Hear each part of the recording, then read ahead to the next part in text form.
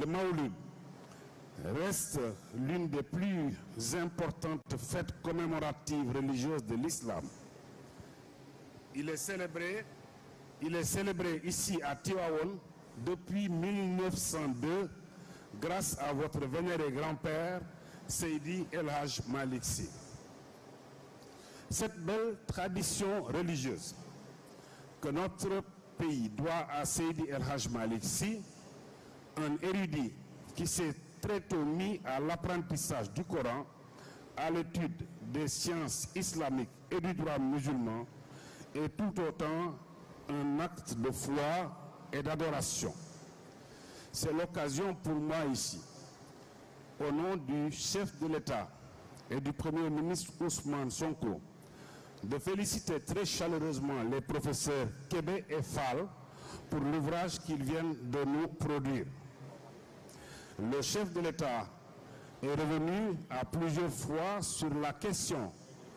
Le monde se caractérise par des innovations majeures visant à mieux mettre en lumière le message prophétique sur les valeurs qui doivent sous-tendre nos actions de tous les jours et guider nos pas en vue de l'édification d'une société de paix, de justice, de cohésion sociale et de promotion de l'homme.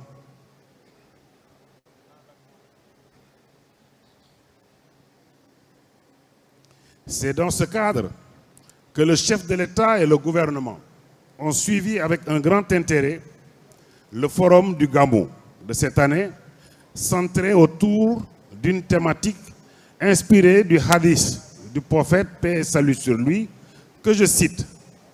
J'ai été envoyé pour parfaire les nobles valeurs. Fin de citation.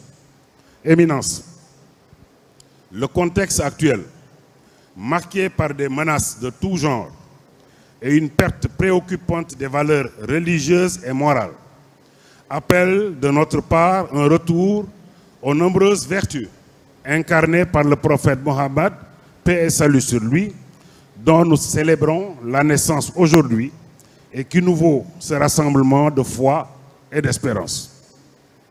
En effet, notre pays n'est pas épargné par les fléaux qui frappent le monde de nos jours, car notre société est régulièrement secouée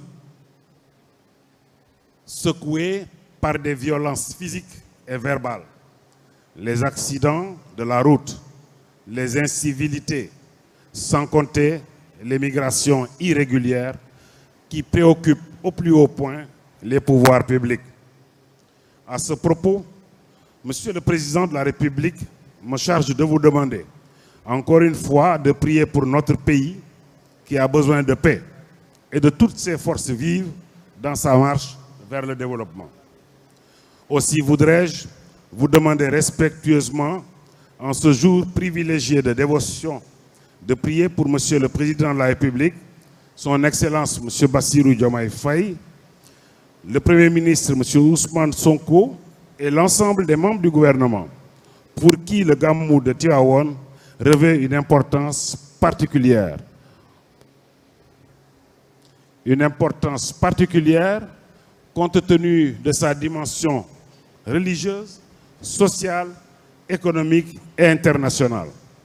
Je ne saurais terminer, Éminence, sans vous renouveler ma profonde gratitude et remercier vivement les responsables du comité d'organisation qui ont travaillé en parfaite intelligence avec tous les services et structures de l'État pour le bon déroulement de ce Gamou 2024. J'en profite pour annoncer la venue prochaine d'une mission coordonnée de 5 ministères pour parachever des travaux autour de la grande mosquée afin de préparer l'arrivée massive des visiteurs qui ne manqueront pas de venir voir ce beau joyau. Encore félicitations, bon Maouloud et Dewenati. Je vous remercie de votre aimable attention.